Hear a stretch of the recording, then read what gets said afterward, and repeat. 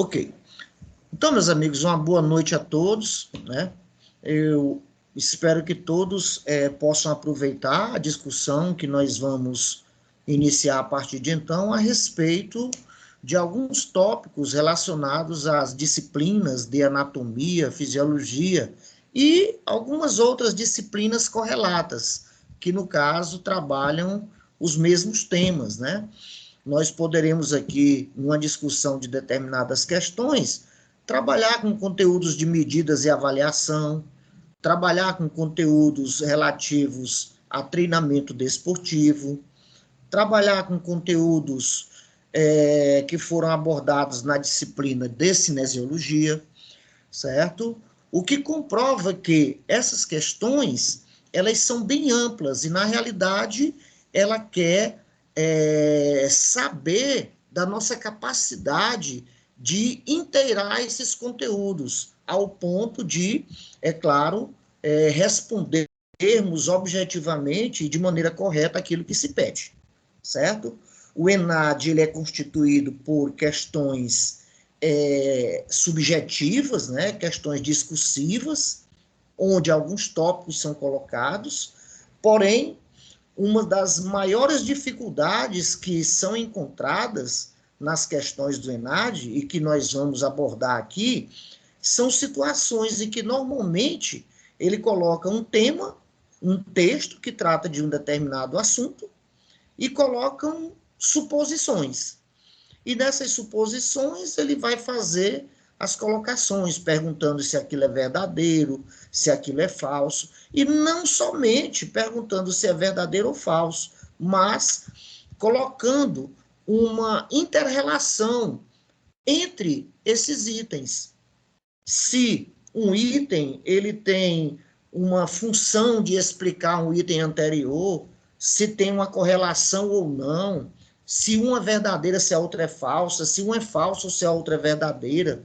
E a partir desse momento de interpretação é que você vai marcar aquilo que se pede, certo? Então, são questões bastante complexas. E nós vamos passar a trabalhar algumas questões desse tipo a partir de então, ok?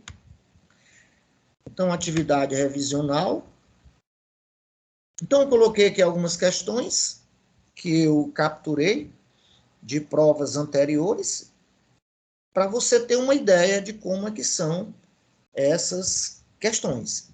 E, é claro, nós teremos outros momentos, e em outros momentos nós vamos fazer uma abordagem mais direta, ou seja, vamos fazer uma revisão a respeito dos tópicos de anatomia, de fisiologia, de uma maneira em que o objetivo não é você responder questões, e sim lembrar dos conteúdos, para que a lembrança desses conteúdos, elas contribuam para que você possa interpretar as questões do ENAD e marcar as respostas corretas e trazer uma nota 5 para a nossa faculdade.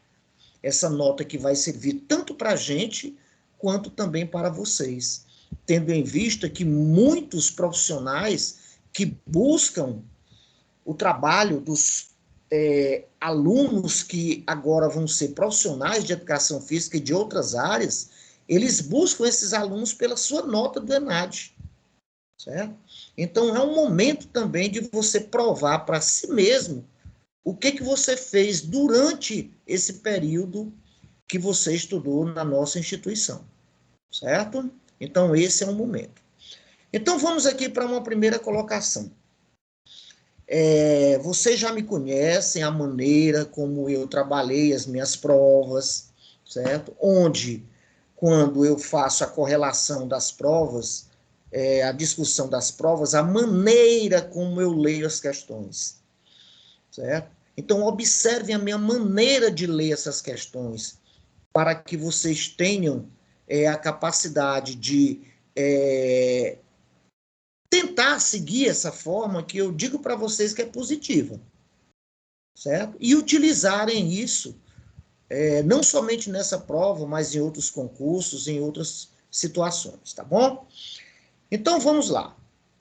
Primeiro, nunca passem por cima de alguma coisa sem interpretar aquilo que está sendo dito.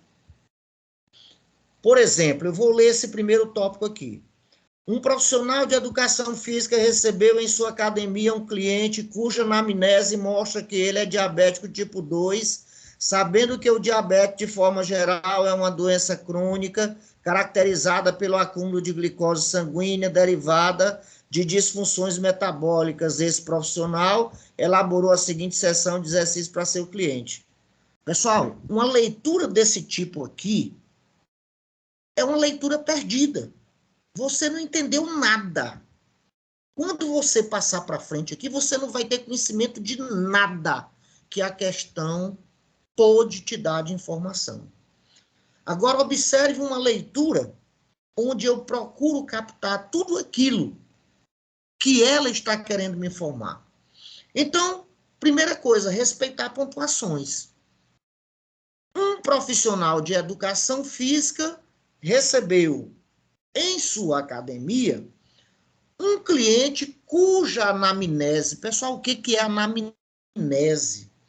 Anamnese é um questionário, onde ali você vai ter informações a respeito de algo que interessa para o lado profissional, né? Seu lado profissional, em relação àquele cliente. A idade dele, o peso dele, se toma algum medicamento, se é diabético, tá certo? Então, você vai ver a vida daquele indivíduo para que você tenha capacidade de se utilizar dessas informações e realizar um trabalho específico que, no caso, venha a contribuir com os objetivos, tanto seu quanto do cliente. Então, recebeu em sua academia um cliente cuja anamnese mostra que ele é, olha aqui, ó, ele é diabético tipo 2. Então, não passe por cima desse nome sem procurar saber o que é um diabético tipo 2. Então, o diabético tipo 2 é aquele diabético que adquiriu essa doença no decorrer de sua vida, por conta de situações como a não prática de atividades físicas, o não cuidado com a questão dietética, com a alimentação, tá certo? Então, esse indivíduo, normalmente, é aquele indivíduo que se utiliza na sua dieta de grandes quantidades de gordura, de carboidratos, numa frequência muito grande, e com isso, ele vai promover uma resistência à insulina. Olha aí, ó, a base da questão está aí. Diabético tipo 2 tem resistência à insulina. Ele tem a insulina, porém, essa insulina não consegue promover modificações na membrana das células ao ponto de contribuir para que a glicose circulante seja assimilada. Certo? Então, sabendo que o diabetes, de forma geral, é uma doença crônica, o que é uma doença crônica? É aquela que se estabelece por um tempo prolongado. É aquela que você tem, e se você só vai saber quando você já vai ter uma lesão em outros órgãos provocados por essa doença. Né? Caracterizada pelo acúmulo de glicose sanguínea derivada de disfunções metabólicas. Esse profissional elaborou a seguinte seção de exercícios para o seu cliente. Então, tá aí. Primeiro, uma parte inicial, com 5 minutos de exercício de alongamento corporal geral e 5 minutos de caminhada leve em esteira. Então, veja, essa parte inicial aí serviu como o quê? Como um aquecimento. 5 minutos de exercício de alongamento. O alongamento ele vai contribuir para aumentar a amplitude das articulações, vai contribuir para promover um aumento na temperatura dos músculos, o que vai contribuir para o aumento no fluxo sanguíneo, vai contribuir para uma maior distribuição de oxigênio, de nutrientes, para que ele possa produzir energia em maior quantidade. para que essa energia possa ser utilizada na prática da atividade física. Então, no geral, ele pegou aí 10 minutos, certo? Para o aquecimento. E aí você vem para a parte principal. Ele vai fazer 10 minutos de caminhada. Agora, que tipo de caminhada? Próximo ao limiar da corrida em esteira. O que é limiar? É limite.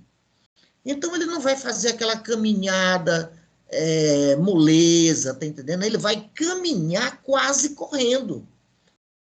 Se ele aumentar um pouco o ritmo da caminhada, ele já passa a correr.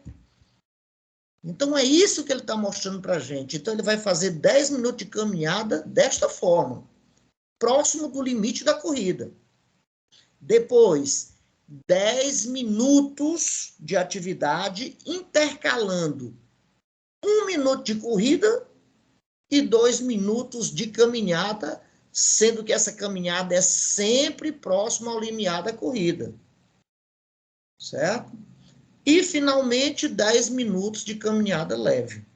Então, veja que ele passou por uma sessão de trabalho em que ele promoveu uma atividade aeróbica. Veja, 10 minutos de caminhada próximo ao limiar da corrida, mais 10 minutos de corrida intercalando com a caminhada próximo ao limiar da corrida e mais 10 minutos de atividade com a caminhada leve, já levando esse indivíduo à questão de uma volta à calma.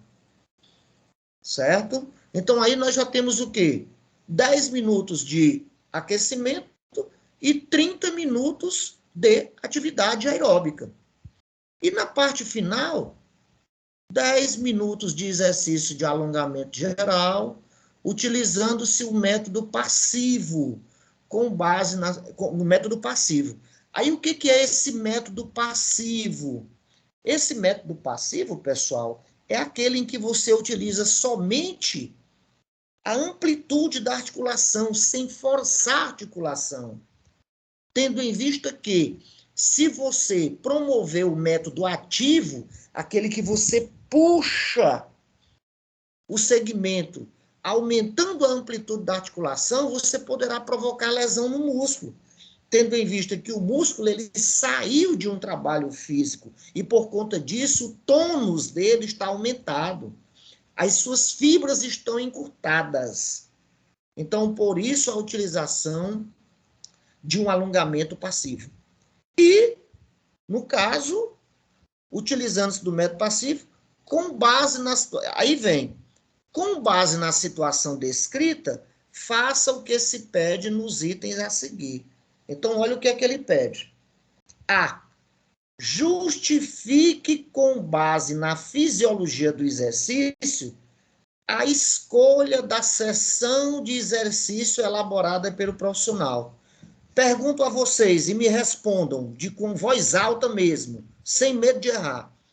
Que tipo de atividade foi feita por esse profissional? Foi uma atividade aeróbica ou foi uma atividade anaeróbica?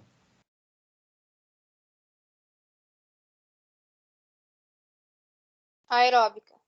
Aeróbica, com toda certeza. Né? Então, bem aí, você já está o quê? Quase respondendo o que ele vai pedir. Você já sabe que a atividade que ele fez foi uma atividade de longa duração. Então, é uma atividade aeróbica, certo? Aí a letra B. A letra A diz o quê? Justifique com base, né, na fisiologia do exercício a escolha do exercício, né, que foi elaborada pelo profissional. E uma letra B que diz o seguinte: cite uma variável fisiológica a ser monitorada pelo profissional de educação física para o adequado atendimento do sujeito diabético durante a prática de exercícios físicos. E justifique a importância desse monitoramento para a segurança do indivíduo.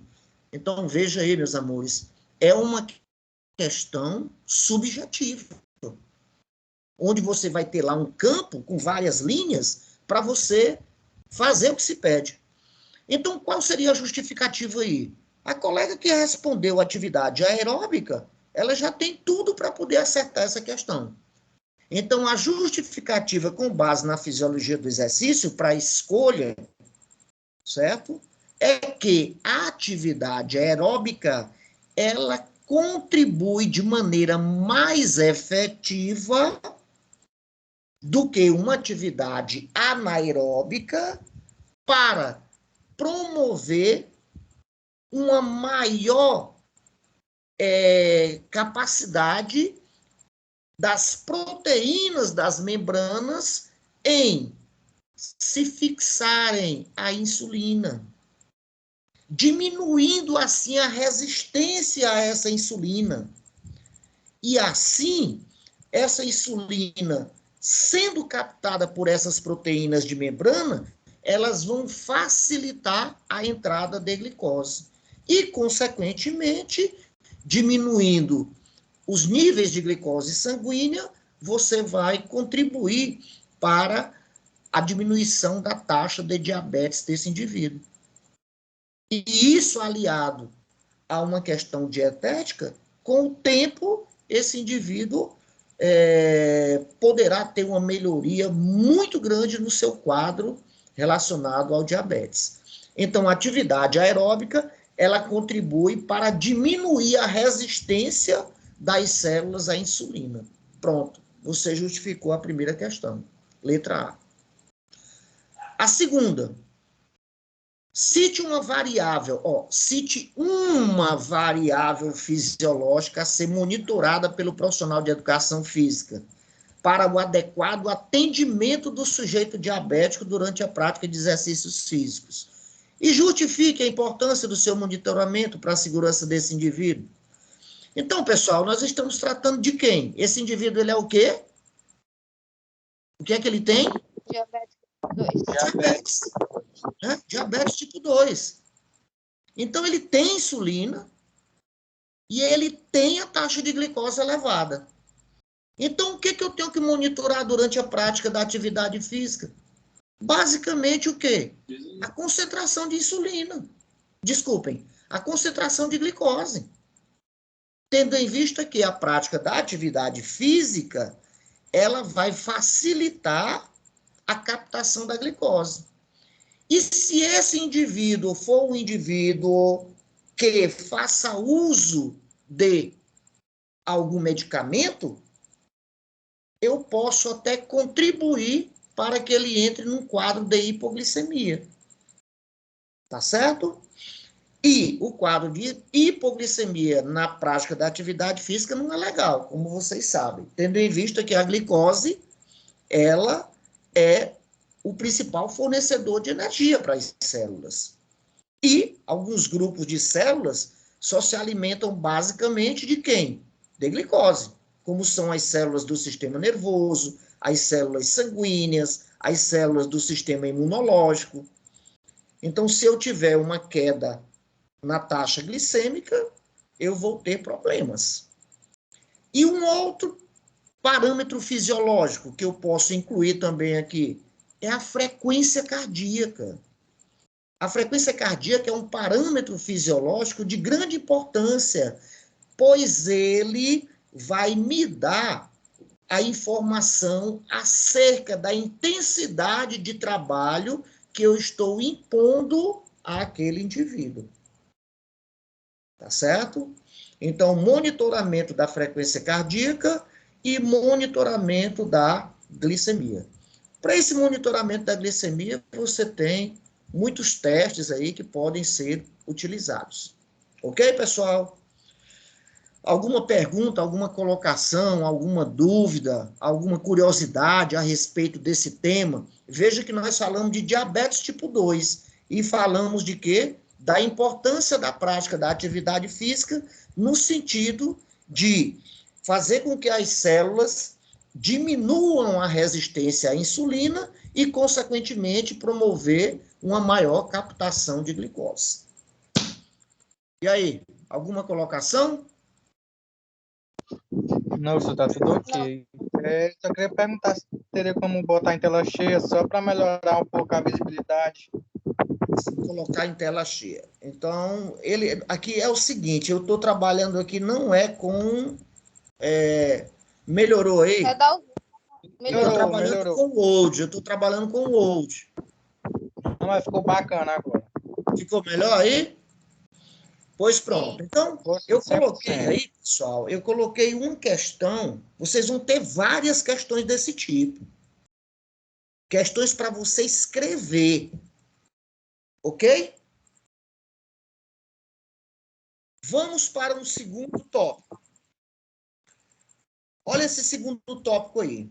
E vão fazendo uma análise aí, memória, se lembre desses conteúdos, se lembre do professor que trabalhou isso com vocês e tá, para vocês irem fixando esses conteúdos, para que no dia 14 vocês arrebentem, certo? Define-se individualidade biológica, o nome já está dizendo, individualidade biológica, como o fenômeno que explica a variabilidade entre elementos da mesma espécie, o que faz com que não existam pessoas iguais. Então, o próprio nome já diz, individualidade biológica. Todo ser é biologicamente individual. Diz-se que até mesmo os gêmeos univitelinos, aqueles que nasceram da mesma célula ovo, eles apresentam algumas individualidades, certo? E muitas dessas individualidades, elas são promovidas pelo ambiente, o que nós chamamos de fenótipo. Então, o fenótipo, que são as condições ambientais, elas podem influenciar no genótipo, que são as características genéticas. Então, foi isso que foi dito por Manuel José Gomes Tubino, Metodologia Científica do Treinamento Desportivo, certo?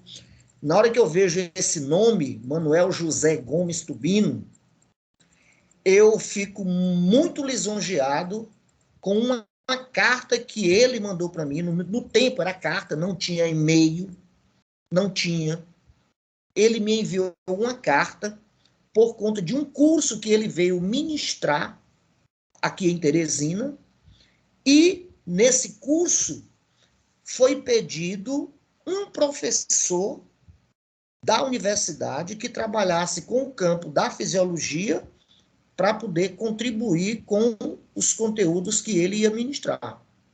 E, na carta, ele me agradeceu e disse que já teria andado por muitos locais do Brasil e nunca tinha encontrado um professor que realmente atendesse aos objetivos em se tratando da fisiologia para aquilo que ele estaria ministrando.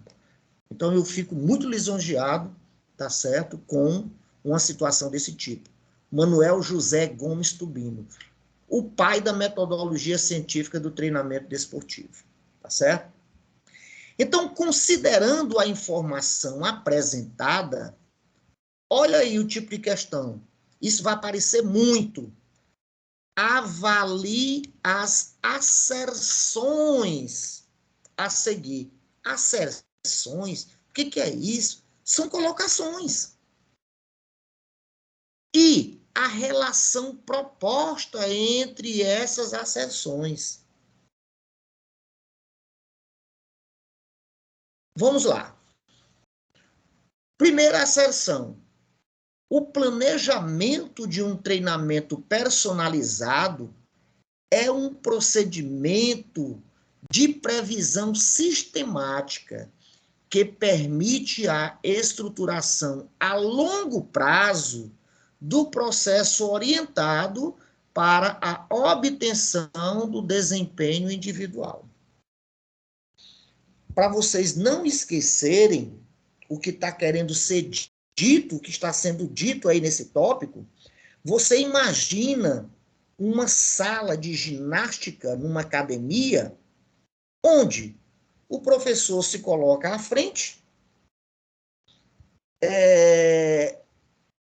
orientando os passos que devem ser empregados, na ginástica, as atividades em si, impõe um determinado ritmo, que no caso é proposto por uma música qualquer, tá certo?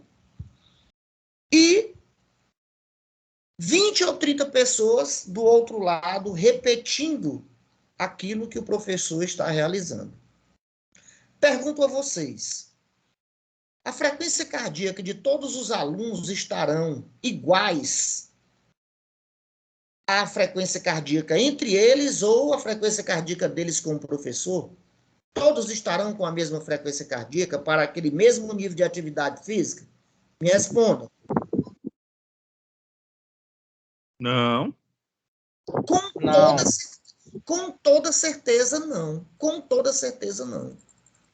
Alguns podem estar com a frequência cardíaca muito alta, outros podem estar com a frequência cardíaca baixa e que não atende aos objetivos daquilo que ele deve realizar, né? Com o objetivo lá de perder peso, tal, aquela coisa toda, né?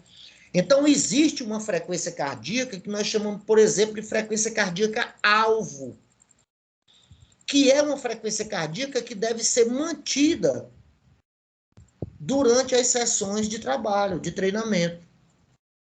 Então, naquele grupo, eu posso ter alguns que estejam aquém e outros estejam além. E somente alguns estejam nessa frequência cardíaca alvo. Então, com certeza, quem vai adquirir os seus objetivos é aquele que está trabalhando na frequência cardíaca alvo. Então, aí, nesse caso, foi desrespeitado o quê? Aquilo que nós chamamos de individualidade biológica. Então, desta forma, o planejamento do treinamento personalizado, né, aquele em que eu vou para uma sala de ginástica, mas eu só vou com um aluno. Eu só vou com um aluno, eu vou mensurar a frequência cardíaca dele, que é um parâmetro fisiológico que nos dá condições de ver a intensidade que está sendo transmitida ao sistema cardiovascular, certo? Para que assim ele alcance os objetivos propostos. Então, trabalho personalizado, né? Que é esse procedimento de previsão sistemática e que vai permitir a estruturação a longo prazo de um processo orientado para a obtenção dos objetivos, né? Então, esse tópico aí, pessoal, ele fala justamente daquilo que reza o treinamento individualizado, respeitando o que nós chamamos de individualidade biológica. E olha aí o que é que ele coloca aí, ó. Que o planejamento de um treinamento personalizado é um procedimento de previsão sistemática que permite a estruturação a longo prazo do processo orientado para a obtenção do desempenho individual. Aí vem, coloca por quê? Aí você junta. Porque cada ser humano possui uma estrutura e uma formação física e psíquica próprias. E por isso, individuar os estímulos de treinamento apresentaria melhores resultados. O que nós temos que fazer aí, num primeiro momento? Saber se o primeiro tópico é verdadeiro, com relação ao que foi dito no enunciado sobre individualidade biológica, e se esse treinamento personalizado, ele vai contribuir para melhores resultados em relação a esse indivíduo. Então, com isso, eu vou, a partir de toda essa análise, é que eu vou responder o que ele quer. Então, a respeito dessas asserções, assinale a opção correta. A. As asserções 1 e 2 são proposições verdadeiras. E a 2 é uma justificativa da 1. Então, quando eu analisei, o item 1, ele fala justamente a respeito do que é individualidade biológica. Ele fala a respeito do treinamento individualizado. E na segunda, ele diz que o indivíduo ele é uma pessoa que tem características próprias, tanto físicas quanto psíquicas, cognitivas, dentre outras, E por isso, a individualização que foi falada acima e os estímulos do treinamento apresentados no planejamento apresentaria melhores resultados para esse indivíduo. Certíssimo. Então, a seção 1 e 2 são verdadeiras e a 2 é a justificativa correta da 1. Então, eu marcaria letra A. Veja que na letra B ele diz, as asserções 1 e 2 são verdadeiras. São. Mas ele diz que a 2 não é uma justificativa correta da 1. Ou seja, a 2, que o ser humano é uma estrutura de formação física individualizada e tudo mais, e por isso, se individualizar os estímulos, eu não apresentaria melhores resultados. Então, nesse caso, não atendia ao que se pede. Tá certo? Aí eu já diria o quê? Se eu colocar uma coisa diferenciada, eu não iria justificar o item 1. Tá certo? Então, eu iria marcar a letra B. Porém, a alternativa correta aqui é a letra A. Na letra C, ele coloca que a asserção 1 é verdadeira e a 2 é falsa. E na letra D, ele diz que a asserção 1 é falsa e a 2 é verdadeira. E na letra E, ele diz que as duas são falsas. Então, vejam, meus amores, o tamanho dessa questão. O tamanho. Tem um enunciado, fala a respeito de individualidade biológica, diz o que é individualidade biológica e fala que um planejamento personalizado contribui para se alcançar os objetivos. Então, existe uma inter-relação entre os dois tópicos. Os dois são verdadeiros e um é a explicação do outro. Entenderam aí, pessoal? O tipo de questão? Vocês vão encontrar muito desse tipo de questão no ENAD. Muito mesmo. Porque você pode até saber da resposta, mas se você não saber interpretar os itens, você vai marcar a alternativa errada. Então, muita atenção para isso aí. Procurem riscar bastante, risquem a prova de vocês à vontade, para que vocês não tenham que voltar e ficar lendo várias vezes.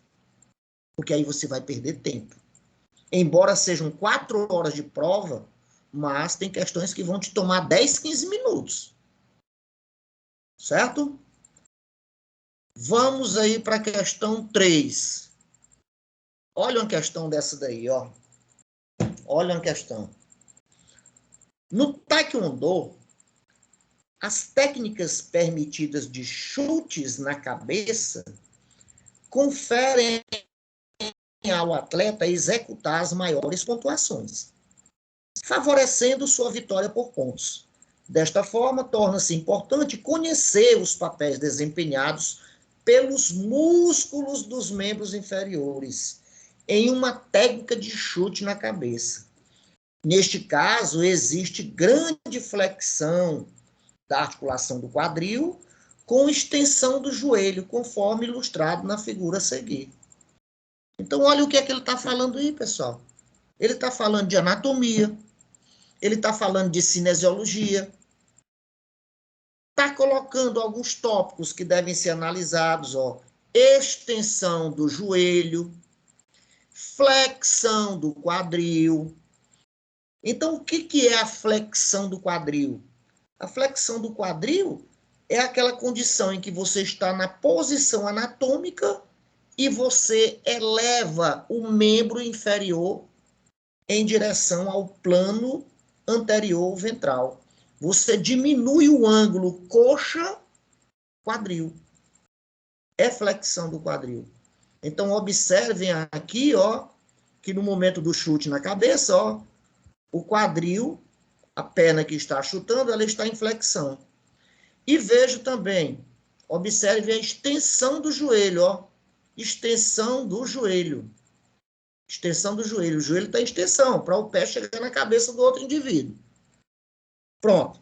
Então, eu li, sei o que é a extensão do joelho, sei o que é flexão do quadril, E isso aí agora me leva àqueles conhecimentos de um professorzinho velho mucureba, de lá do IES, um tal de Martins, que trabalhou uma disciplina chamada anatomia, que trabalhou uma disciplina chamada de cinesiologia, e propôs práticas para seus alunos, para os alunos filmarem, mostrando origem, inserção e ação de músculos, tá certo? Os eixos de movimento.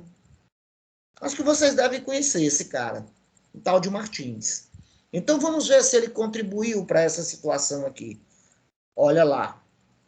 A partir do texto e da figura, avalie as informações ou afirmações a seguir acerca da técnica do chute.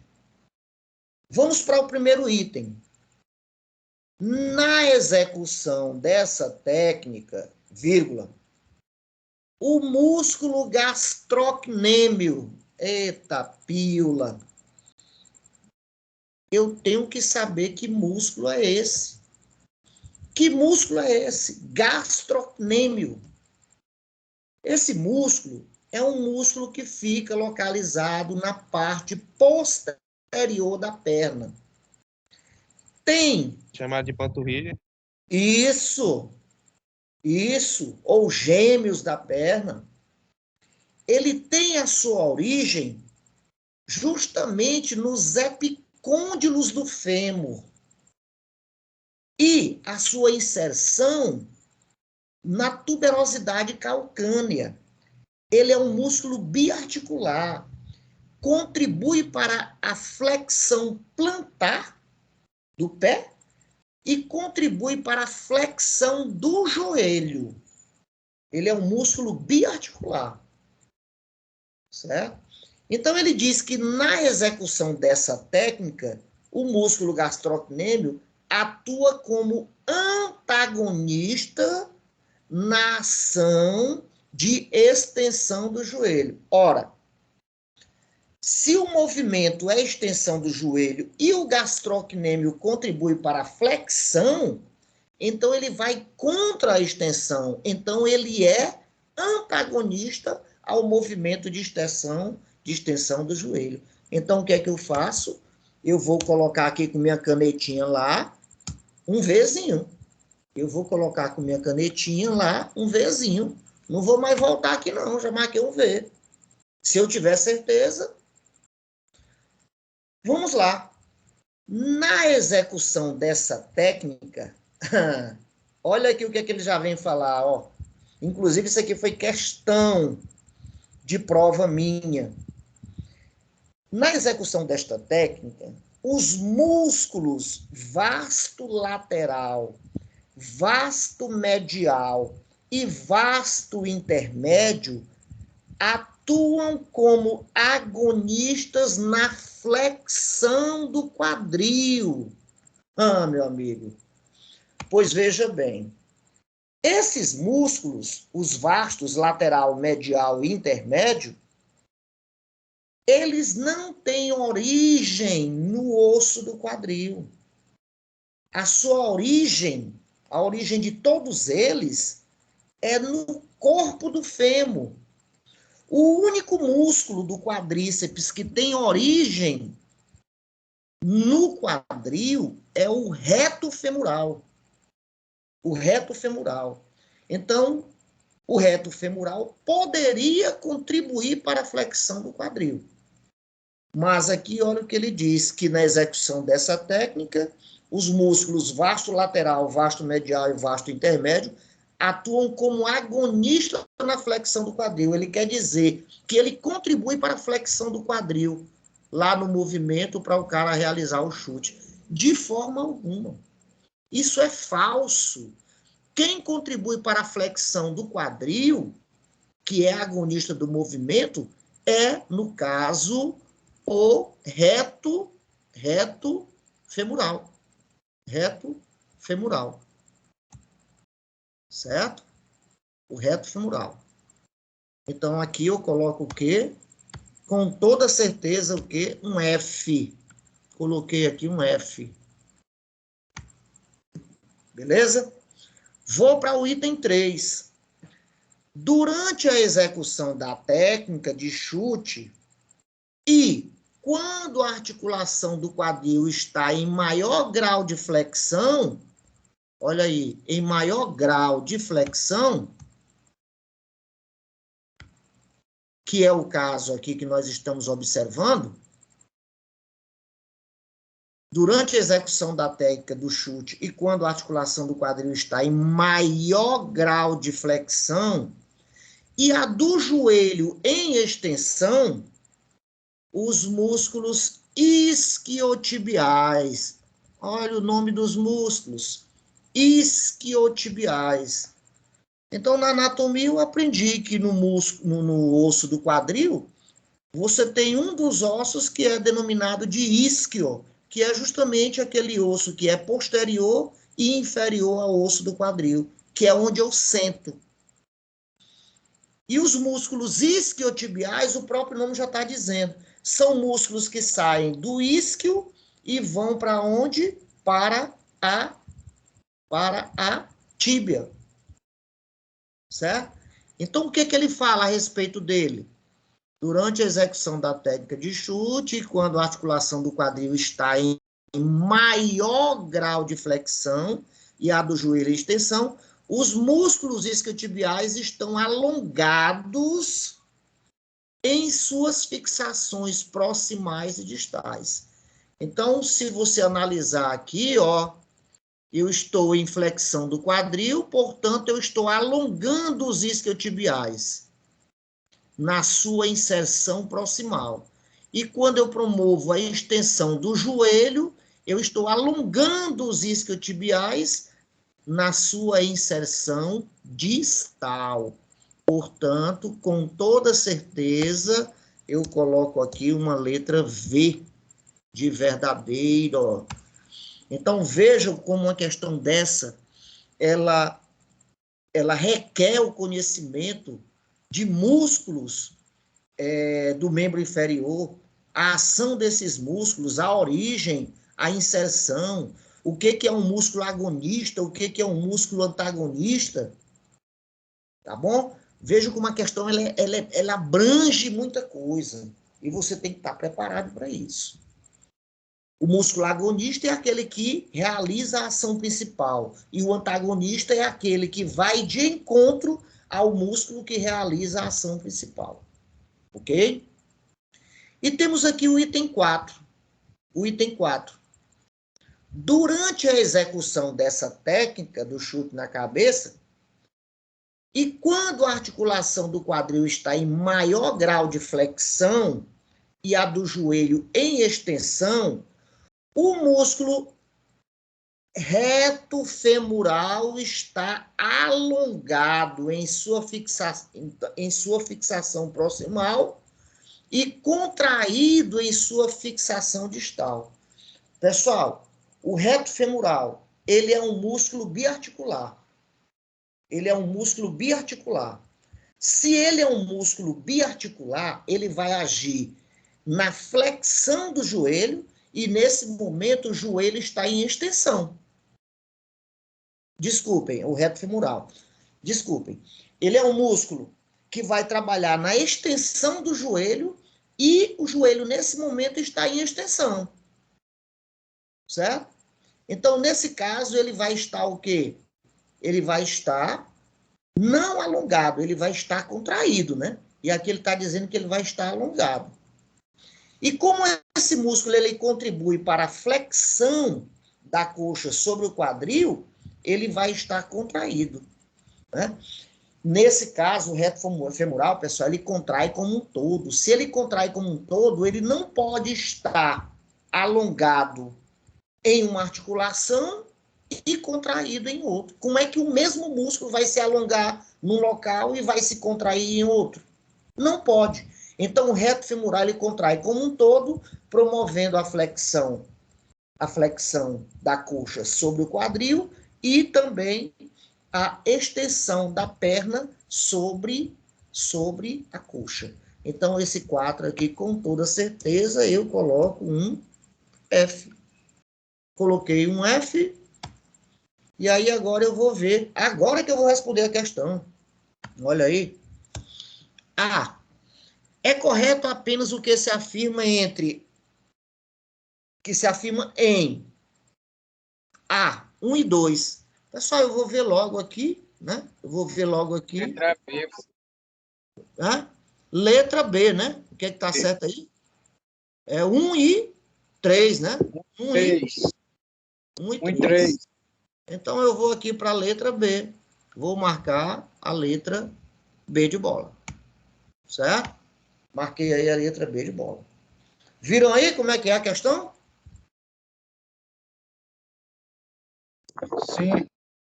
4. Meus amores, as habilidades são complexas e diversas. Olha aqui. Isso aqui é uma informação que eu acho que não foi dada para vocês, mas é interessante, eu achei interessante e vou colocar aqui para vocês. As habilidades são complexas e diversas. Para classificá-las, são utilizados modelos que consideram algumas características, tais como a organização do movimento, o nível da previsibilidade ambiental, a importância relativa dos elementos motores e cognitivos envolvidos na performance.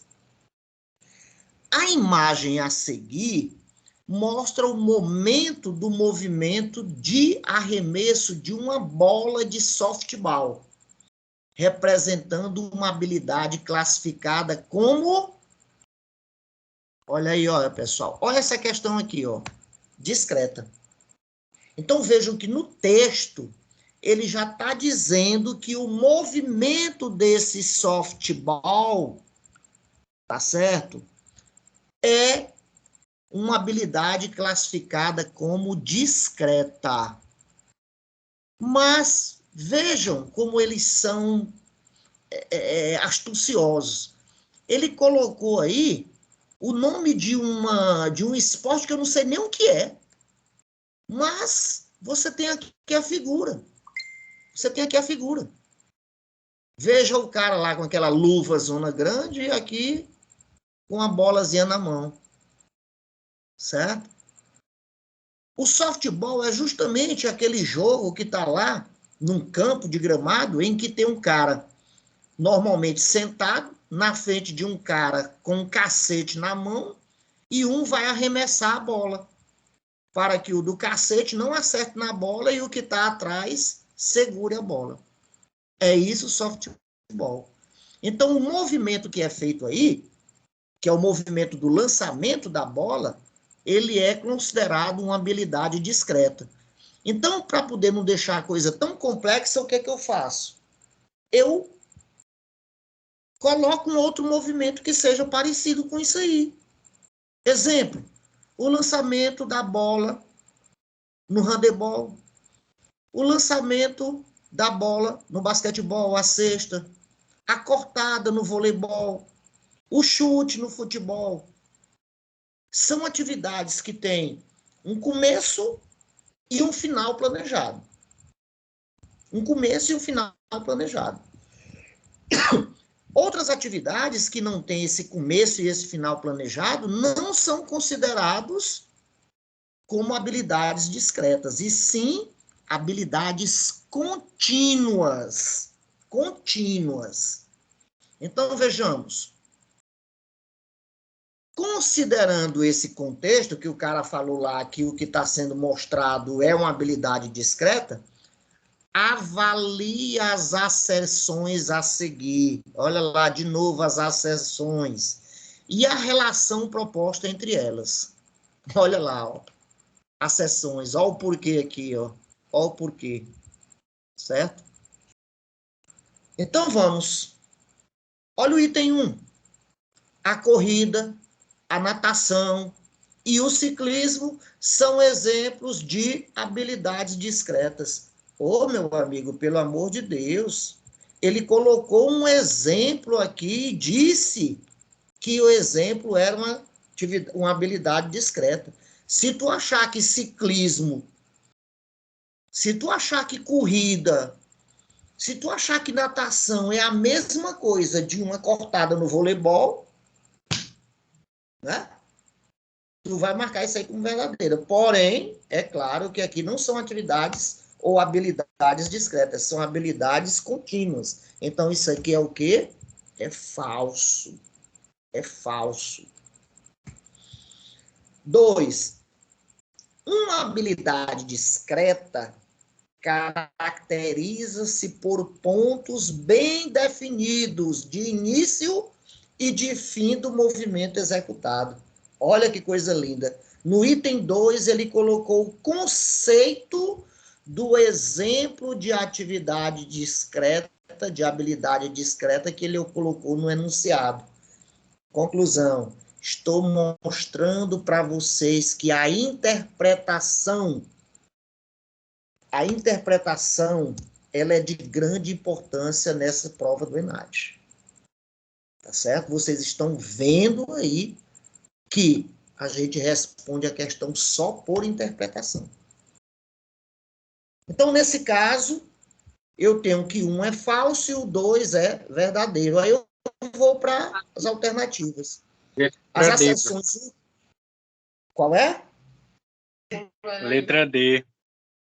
A asserção 1 é falsa e a 2 é uma proposição verdadeira. Então, eu vou marcar aqui a letra D. Eu vou marcar a letra D. Ok? Marquei a letra D. Pronto, mais um pontinho para a gente no ENAD. E outra coisa, se lembrem que tem questões que valem mais pontos que outras. As questões dissertativas, elas são as mais valiosas. E essas questões de assertativas, elas também são mais valiosas que aquelas questões mais diretas, em que você faz uma pergunta e responde diretamente a alternativa A, B, C, D ou E. Ok, meus amores? 5. Um indivíduo, no intuito de fortalecer os músculos peitorais maiores. Aqui eu já vou com a minha mente já vai lá para a questão de onde fica, e até a figura está mostrando a origem, a inserção, a ação desse músculo, né? Então, o indivíduo, utilizando esses peitorais maiores, realiza um exercício durante uma sessão de treinamento na sala de musculação, conforme representado na figura a seguir. Então, tá aí, ó, músculos localizados na porção anterior do tórax. Ele tem origens na região external, ele tem origens nas costelas, na quinta, sexta e sétima costelas. E esse músculo peitoral, ele vai para onde? Ele vai lá para o tubérculo menor do úmero.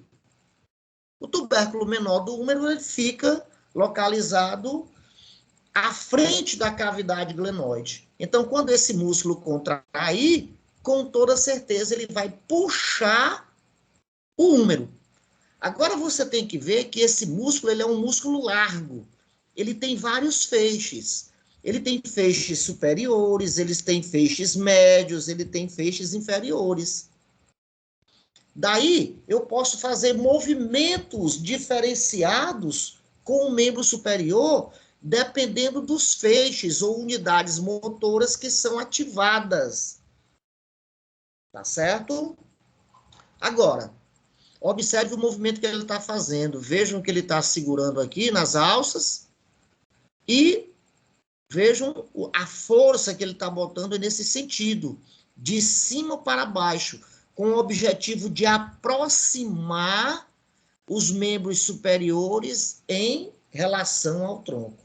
Ora, movimento de aproximação do segmento em relação a um plano mediano do corpo é adução.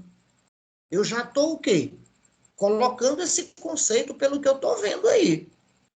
É adução. Beleza? Então, nesse movimento, ele pode trazer o quê? Os membros superiores em relação ao plano mediano se dirigindo para a frente do corpo. ele está aproximando no plano mediano à frente do corpo. Então, nesse caso, os segmentos, eles vão se aproximar à frente do corpo em relação ao plano mediano, fazendo o quê? Uma descrição horizontal. Então, é uma adução horizontal desses membros superiores. Então, vamos ver o que ele quer, porque eu já analisei a figura. Ao observar a execução do exercício por esse indivíduo, o profissional de educação física realizou a análise biomecânica do movimento, a fim de classificar o tipo de... olha aqui, ó. O tipo de alavanca utilizada em sua execução. Então, vocês devem se lembrar das aulas do professor Martins, né? Considerando a situação descrita, avalie as afirmações a seguir. Então, eu vou avaliar esses itens aí. Ele colocou 4 itens. 4 itens, 4 itens. Beleza? O primeiro item, o movimento realizado refere-se à adução. Correto. Adução horizontal. Correto. Por quê? Porque você tem o peso do corpo para baixo e você tem, no caso, os membros superiores se aproximando à frente do corpo. É uma adução e o movimento é horizontal. Então, eu coloco bem aqui o quê? Eu coloco uma letra V. Eu coloco a letra V. Certo? Mas cuidado, viu, pessoal, que eu sei que tem gente que tem problema com lateralidade. Tem gente que não sabe o que é esquerdo, tem gente que não sabe o que é direito, tem gente que não sabe o que é vertical, tem gente que não sabe o que é horizontal, tem gente que não sabe o que é diagonal, com toda certeza, certo? Então, você tem que saber que o movimento horizontal é aquele que é paralelo com o chão. Certo? Dando a dica aí, porque eu tenho certeza que tem gente que não sabe. Né? Eu tenho uma filha de 38 anos, se eu andar com ela num carro, tá certo? Ou numa moto, para ela me informar um local que ela deseja se dirigir, por meu amigo, eu não chego lá nunca, porque ela não sabe o que é dobrar à direita, dobrar à esquerda, ela não sabe não. Tem 38 anos. Ela confunde direita e esquerda. Tá certo? Então, tem gente que pode errar uma questão dessa daí, porque não sabe o que é horizontal nem vertical. 2. A aplicação da força motriz, está presente no ponto de inserção do músculo peitoral maior no osso húmero. Ora, eu já falei anteriormente, quando analisei a figura, que o peitoral maior ele vai se inserir onde?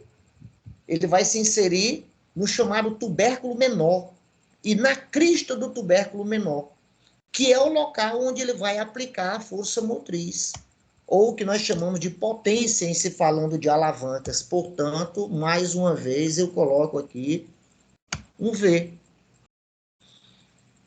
3. A articulação do ombro é o ponto fixo do movimento. Em se falando de alavancas, toda articulação é o ponto fixo ou ponto de apoio de qualquer movimento. Ponto de apoio de qualquer movimento. Certo? Verdadeiro. O movimento como um todo, para o treino dos peitorais maiores, caracteriza a alavanca chamada de interpotente.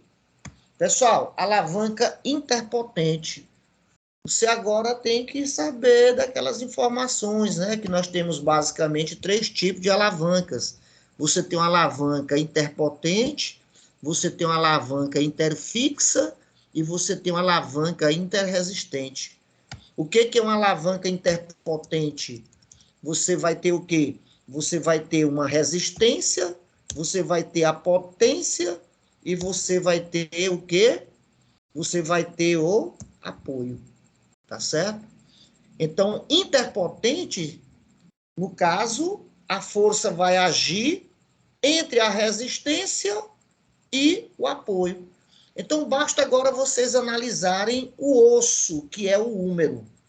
A cabeça do húmero, que é o apoio, ela vai estar presente onde? Na cavidade glenoide da escápula. A resistência seria justamente o quê? Seria a região onde o indivíduo está pegando nas alças. E quem é que fica entre o apoio e a resistência? É justamente a potência, que é o ponto de inserção do músculo, tá certo? Que, no caso, é o peitoral maior. Portanto, nós temos aí o exemplo de uma alavanca interpotente. Mas prestem bem atenção, prestem bem atenção.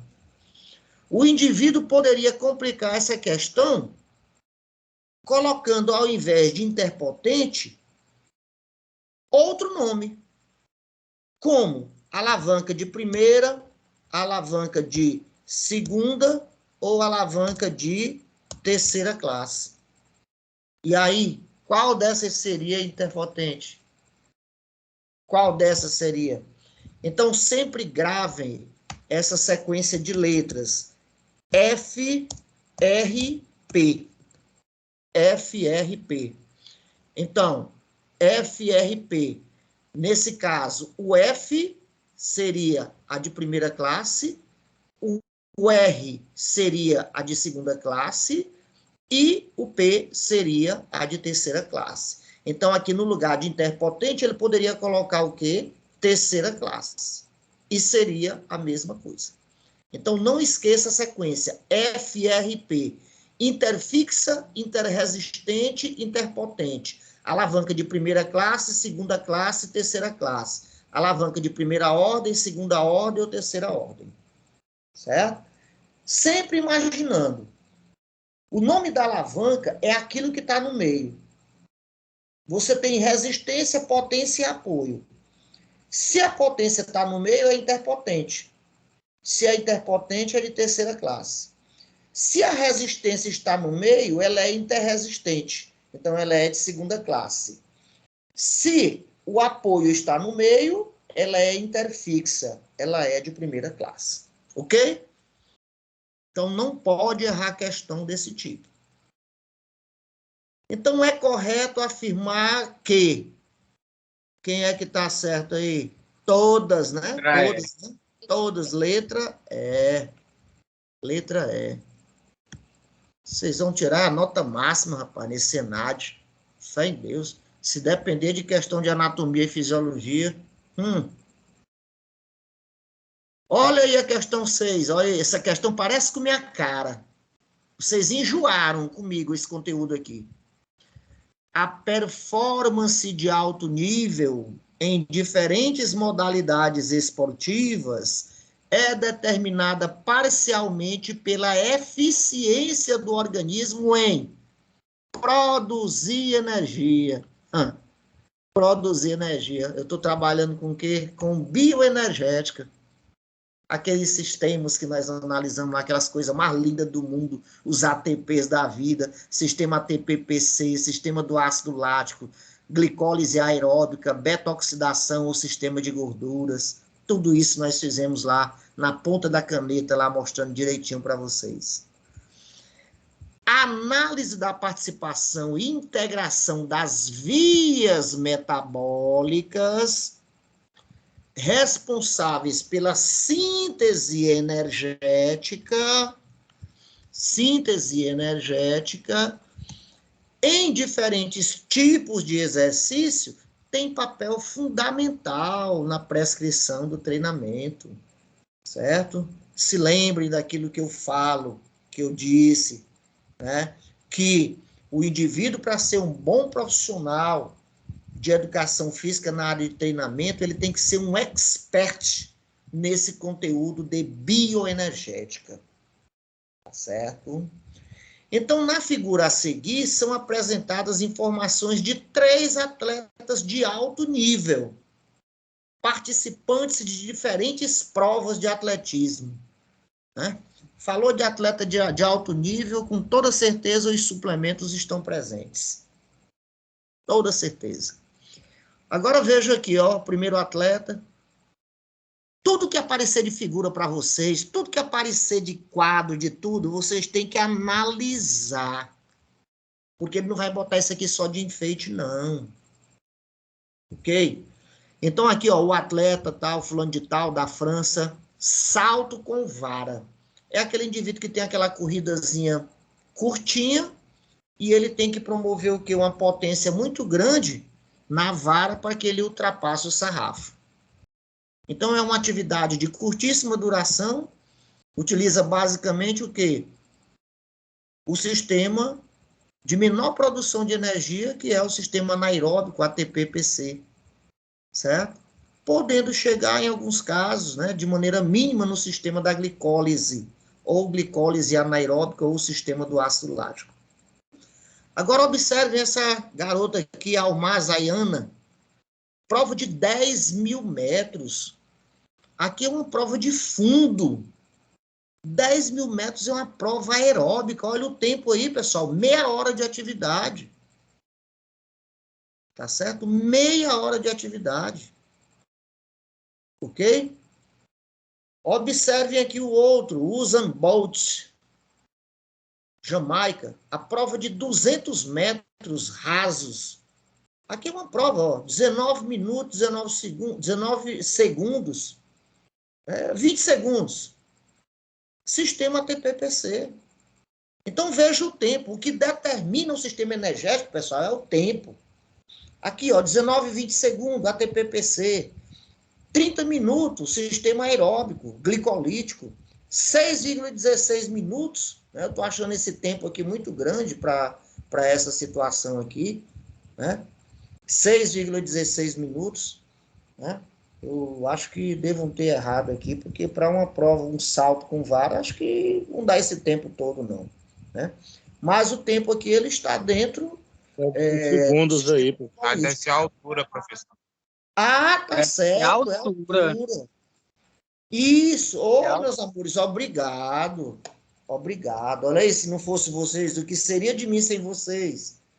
É metros. Tá bom? Agora tá certo. Beleza. Então, vamos analisar. Considerando as informações do texto, tá certo? Bem como as características das provas mencionadas na figura em relação à intensidade, ao volume, à duração, assinale a opção correta. Certo? Intensidade é qualidade. Volume é quantidade. Volume, duração é quantidade. Então, vamos. O sistema aeróbio é a principal via metabólica para a produção de ATP nas provas de 10.000 metros e na de salto com vara. Pessoal, na de 10.000 metros, tudo bem. Mas salto com vara ser prova aeróbica? De jeito nenhum. Salto com vara é uma prova anaeróbica. Né? O tempo dela é curtíssimo, como eu estava aqui me enganando aqui, dizendo para vocês. Tá certo? Você tem uma corrida pequena de aproximação e uma parte que exige potência para o salto, certo? Que é transferida do corpo para a vara. Então, nesse caso, o salto com vara é uma atividade anaeróbica. E os 10.000 metros é uma prova de fundo, é uma prova aeróbica. Então, aqui eu vou colocar o quê? Um F. Eu vou colocar um F. Isso aqui é falso. Isso aqui é falso. B. O ácido lático, quando falou em ácido lático, falou de sistema glicolítico, quebra da glicose por via anaeróbica. O ácido lático e o oxigênio participam predominantemente das reações químicas para a produção de ATP nas provas de salto com vara Pessoal, salto com vara, o tempo é mínimo. Não utiliza sistema glicolítico. Utiliza basicamente o ATP armazenado no músculo e o sistema ATP-PC. Certo? E no caso, os de 10 mil metros, está relacionado com o oxigênio. Tá certo? Então, aqui, mais uma vez, eu coloco o quê? Um F. Falso. Falso. Provas de curtíssima duração, que duram em torno de 10, 15 segundos, sistema ATP-PC. Atividades que duram de 2 a 3 minutos, atividade glicolítica anaeróbica, sistema do ácido lático. Atividade glicolítica aeróbica, atividade que vai lá para os 10, 15, 20, 30 minutos. Tá certo? Letra C. O metabolismo energético nas provas de 10 mil metros, 10 mil é aeróbica. E nas de 200 metros, essa daqui é anaeróbica glicolítica, é predominantemente advindo do sistema anaeróbico lático. 200 metros, tudo bem, mas 10 mil metros, pessoal, é, no caso, aeróbica. Então, mais uma vez, eu tá com F aqui. Será possível que não vai ter alternativa verdadeira? Vamos lá, para a letra D. A síntese de ATP, adenosina trifosfato, a forma com que o organismo armazena energia no organismo, a síntese de ATP nas provas de salto com vara, olha aqui, ó, salto com vara, sistema ATP-PC, é um sistema que não necessita, basicamente, de produção de ácido lático. E nas de 200 metros, olha, pessoal, na de 200 metros, olha lá qual foi o tempo do Bolt, ó, 20 segundos. 20 segundos.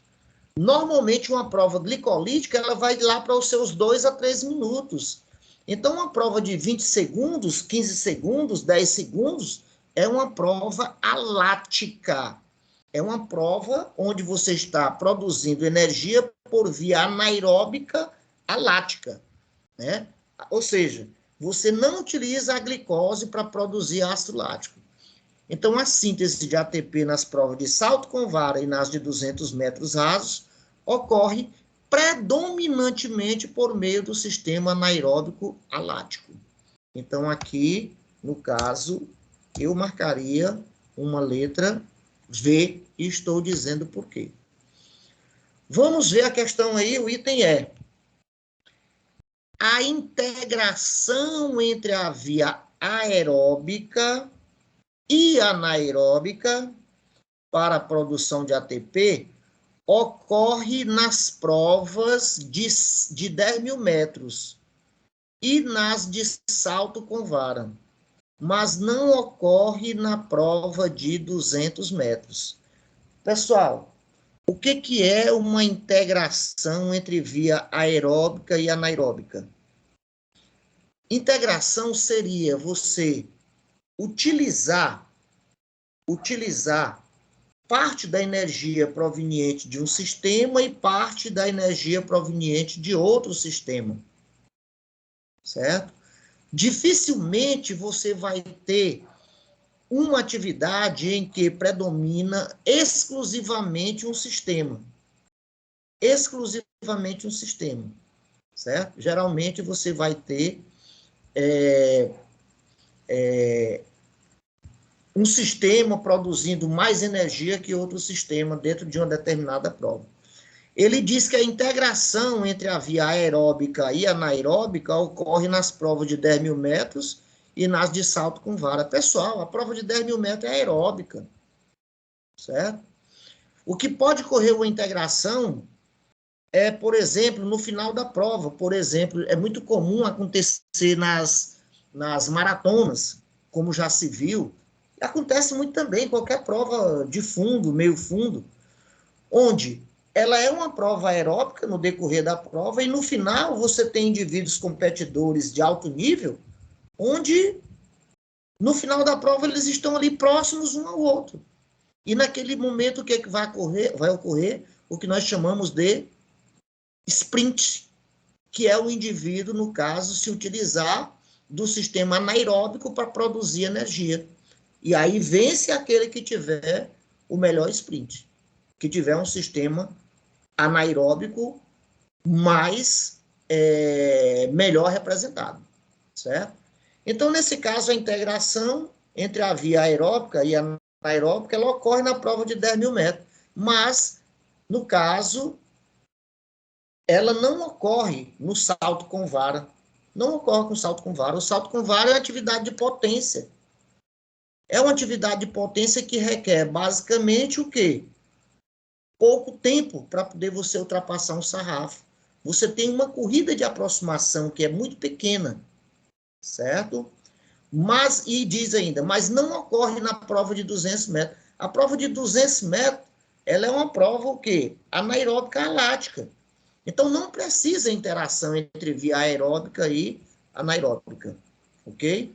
Então, o erro está aqui, no salto com vara. Existe interação na prova de 10 mil metros, certo? Não existe na prova de 200 metros e não existe no salto com vara. Então, o salto com vara anula essa alternativa. Então, letra E é falsa. Se lembre daquela história, né? Aquela sequência. Primeiro, você vai utilizar o ATP armazenado no músculo. Dura em torno de 2, 3 segundos. Depois, o sistema ATP-PC, que é a primeira marcha. Atividade 10, 15, 20 segundos. Depois, o sistema glicolítico. Glicólise anaeróbica, o sistema do ácido lático, 2 a 3 minutos. A partir daí, você tem a glicólise aeróbica, até que você tenha depressão, né, desse glicogênio hepático, do glicogênio muscular. Daí você já vai se utilizar da glicose sanguínea, vai entrar num quadro de hipoglicemia, o que vai causar aquela fadiga, né? E lá para o final da prova de uma maratona, basicamente você vai estar utilizando o sistema aeróbico, porém o combustível é representado pelos ácidos graxos. Ácidos graxos. Então tá aí uma questão muito boa, né, que fez uma revisão legal a respeito da questão da bioenergética. É claro que eles podem cobrar o conteúdo levando em consideração uma outra roupagem, né? Mas o que foi dito aqui não muda com relação à questão de tempo e de predominância dos sistemas. Ok? Alguma pergunta, alguma colocação? Nenhuma? Não, professor. Questão de número 7. Questão de número 7. Aqui, meus amores, eu escolhi uma outra questão para vocês analisarem o quanto é importante o entendimento de gráficos. Vocês vão encontrar muitas questões desse tipo. E é muito comum o aluno, a pessoa que vai para o concurseiro, dentre outros, não analisar gráfico. Na hora que ele olha para o gráfico e diz assim, vixe Maria, meu Deus do céu, isso aqui não, isso aqui eu não entendo não. Isso aqui, eu não vou nem mexer com isso aqui, que eu não entendo, não sei nem o que é. Não sei nem o que é, certo? Então, para isso, pessoal, olha, dou uma dica. Atividades com gráficos são as questões mais fáceis que tem, porque a resposta já está lá. A resposta já está no gráfico. Ele simplesmente vai saber ele quer saber se tu sabe ler o gráfico. Tá certo?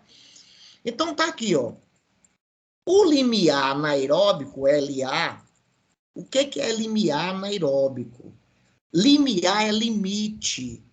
Anaeróbico seria a condição em que as reações químicas numa determinada atividade vai ocorrer sem a necessidade do oxigênio molecular. Então, o limite anaeróbico é aquela situação de tu começar uma atividade caminhando, depois tu começa a trotar, depois tu começa a correr. Tu vai correndo, correndo, correndo e vai aumentando a intensidade. Chega um momento que se tu ultrapassar aquela intensidade, tu entra em fadiga, porque tu vai produzir ácido lático, porque tu vai produzir grandes concentrações de íons de hidrogênio. Tu vai mexer com o pH vai se tornar ácido. Então, tu chegou no limiar anaeróbico. Limite anaeróbico. Então, o limiar anaeróbico, ele representa o ponto de inflexão da concentração de ácido lático no sangue. O que é essa inflexão? Você tem uma linha representando a concentração de ácido lático, ela pode vir uma linha reta e, de repente, ocorre uma subida rápida, brusca. Então, tá bem aqui, ó. Bem aqui é uma inflexão. Bem aqui é uma inflexão. Então, a inflexão ela ocorre justamente no ponto do limiar anaeróbico. Tá aí, ó, no limiar anaeróbico. O gráfico a seguir representa as concentrações de ácido lático sanguíneo em um teste progressivo em esteira ergométrica por uma pessoa treinada e em uma pessoa destreinada. Aí eu venho logo aqui e analiso. Quem é o treinado? É o azul. Quem é o destreinado? É o vermelho. O que é que mais o gráfico está me dizendo? Na vertical, certo? Que é, no caso, a ordenada, ele está me dando a concentração de ácido lático em milimoles por litro. Milimoles por litro. Milimoles por litro. Ele está me dando a concentração. E aqui na abscissa, ele está me dando a velocidade da corrida. Então, 2, 4, 6, 8, 10, 12 seria a concentração de ácido lático no sangue. 4, 6, 8, 10, 12, 14, 16, 18 seria o quê? A velocidade da corrida em quilômetros por hora. E aí eu estou analisando aqui, ó, pessoal. O indivíduo destreinado em vermelho e o indivíduo treinado em azul. Numa velocidade na esteira de 4 km, de 6, de 8, até mais ou menos aqui 8,5 km por hora, não existe diferença entre treinado e destreinado. Porém, bem aqui, em mais ou menos 9 km por hora, observem a inflexão do gráfico no indivíduo destreinado. Ou seja, a 9 km por hora, ele alcançou o limiar de anaerobiose. A partir de então, ele vai produzir altas concentrações de quem? De ácido lático. Agora vejam, o indivíduo treinado, ele vem. A inflexão só vai ocorrer aqui, próximo de 12 km por hora. É que ele vai alcançar o limiar de anaerobiose. E a partir de então, o gráfico vai subindo. Pronto. Eu analisei o gráfico, agora eu quero ver o que é que ele diz aqui, ó. A partir dos dados do gráfico, avalie as afirmações a seguir. Uma pessoa treinada, correndo a 10 km por hora, utiliza mais a via anaeróbia para a produção de energia do que uma pessoa destreinada correndo com a mesma velocidade. Então, qual é a velocidade da pessoa treinada? 10. 10. Certo? E qual é, no caso, ó, uma pessoa treinada correndo a 10 km por hora. Tá bem aqui ele. 10 km por hora. Utiliza mais a via anaeróbica para a produção de energia do que uma pessoa destreinada correndo na mesma velocidade. Ora, 10 km por hora, ó, o indivíduo está aqui, o treinado. E o destreinado está onde? Lá em cima. Quem é que está produzindo mais ácido lático? O destreinado, 4 milimoles por litro. Enquanto que o treinado produz o quê? 2 milimoles por litro. Então, veja que o gráfico já está dizendo tudo. Então, aqui o item 1 é um item falso. Item falso. Vejam que o próprio gráfico já está me dizendo a resposta. 2. Uma pessoa destreinada correndo a 14 km por hora, olha aqui, ó. Uma pessoa destreinada, é o vermelho, correndo a 14 km por hora, ele está bem aqui, ó, produzindo o quê? 10 milimoles por litro de ácido lático. Vamos ver o que ele pede. Uma pessoa destinada correndo a 14 km por hora apresenta uma concentração sanguínea de ácido lático superior à de uma pessoa treinada que está na mesma velocidade. Então, 14 km por hora, olha aí, ó. Olha aí, ó. A pessoa destreinada está aqui e a pessoa treinada está aqui, né? Então, vamos lá. Uma pessoa destreinada correndo a 14 km por hora apresenta uma concentração sanguínea de ácido lático superior à de uma pessoa treinada que corre com a mesma velocidade. Então, aqui nós temos o quê? Verdadeiro. Verdadeiro. Né? A 14 km por hora, o treinado está produzindo em torno de 4, alguma coisa, enquanto que o destreinado a 14 km por hora está produzindo 10 milimoles por litro. Verdadeiro. 3.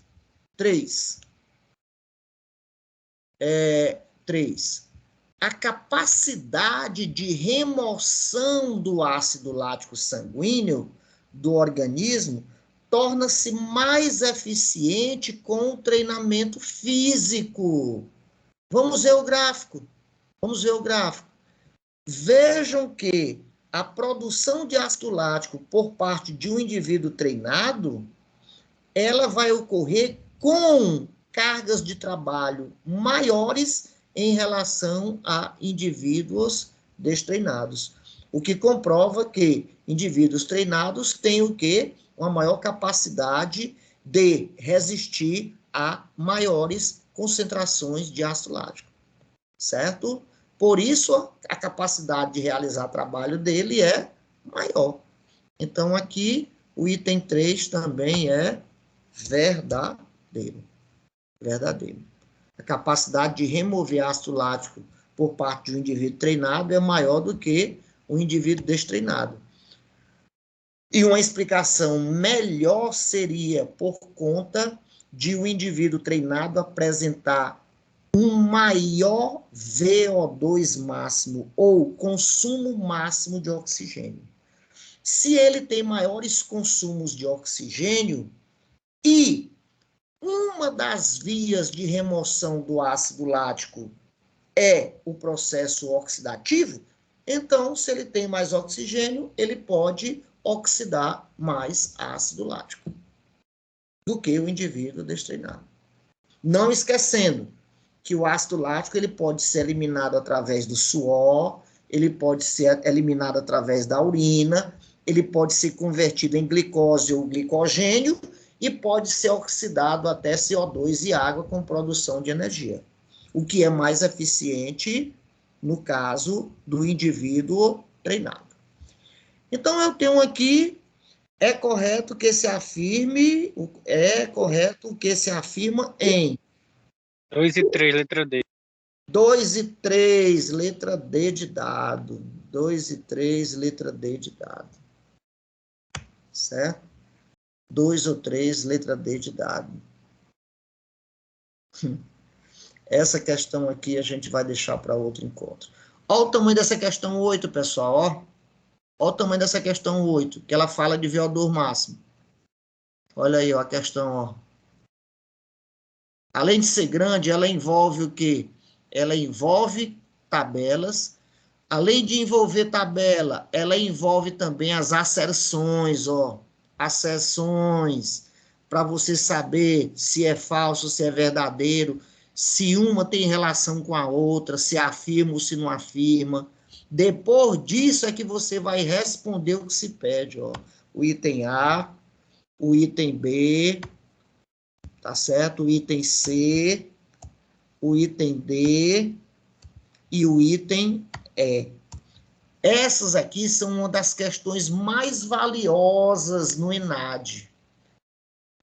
Veja que ela requer interpretação de leitura, é grande a questão, ela requer interpretação de quadro, ela requer interpretação de assertivas, correlação entre as assertivas para poder você marcar uma alternativa. Tá certo? Então, muito cuidado com esse tipo de questão. Tudo bem?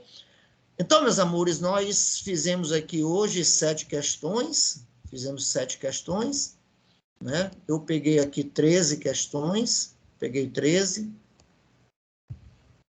E aí nós vamos trabalhar essas outras questões em um outro momento. Sendo que, ao final, eu quero ter uma conversa com vocês de uma maneira bem extrovertida. Como assim? Ninguém vai responder questões. Nós vamos conversar a respeito de temas de anatomia e de fisiologia. Se lembrem daqueles momentos em que o professor Martins chegava em sala e dizia o seguinte: meus amores, o que nós vimos na aula passada? Aí tá, ó, nós vimos o conteúdo tal. Aí, resultado, eu fazia toda uma revisão no falatório para poder chegar naquele ponto e, a partir daquele ponto, eu continuar o assunto. Vocês se lembram disso? Que eu sempre fiz isso? Sempre me pergunta, pessoal, onde foi que nós paramos o conteúdo na aula anterior? Ninguém responde nada. Sim, professor. Verdade, professor. E por que vocês não falam? Falam. Eu pensei que a internet tinha travado. Pois é, porque... É porque sua foto parou. Não, eu parei, mas foi esperando, rapaz, vocês falarem. Tá certo? Tá travado aqui. Tá travado? Oh, meu Deus. Pois destrava, meu filho. Pois pronto. Então, no último momento, eu quero fazer essa revisão zona geral, essa coisa falada, tá entendendo? E, é claro, nós vamos estar tete a tete, assim, um olhando na cara do outro. E nesse dia eu quero que vocês estejam com as câmeras abertas, que é para a gente conversar, tu conversar comigo. Porque fica difícil a gente conversar sem ter nenhum espelho na frente da gente, né? Vocês não acham? E aí, pessoal, o que é que vocês acharam aí da maneira como a gente está fazendo aí essa revisão? O que vocês acharam? Muito bom, professor, muito bom, tranquilo. Foi muito bom. Só Nada fora do normal, né? Dos músculos, né? Sempre dando um show. E para lembrar de muita coisa. Pois é, porque a gente pega as questões, né, e na discussão das questões a gente pega tópicos, já fala um pouquinho a mais a respeito daqueles tópicos. E outra coisa também, né, é a relação de vivência, a maneira como vocês veem que eu leio as questões, eu paro nas vírgulas, no ponto. Vejam que muitas vezes eu volto na questão, eu releio a questão. Por que eu voltei? É porque eu já não lembro mais o que aquele ponto passado queria me dizer. E aí eu volto, tá certo? Não precisa vexame, vá respondendo, tá certo? Aquilo que você tem certeza e tudo mais. O que você tiver dúvida, você vai deixando para o final, tá bom? Mas sempre procurando entender aquilo que as questões estão pedindo. Vejam que eu provei para vocês aí que algumas questões elas já têm as respostas na própria questão.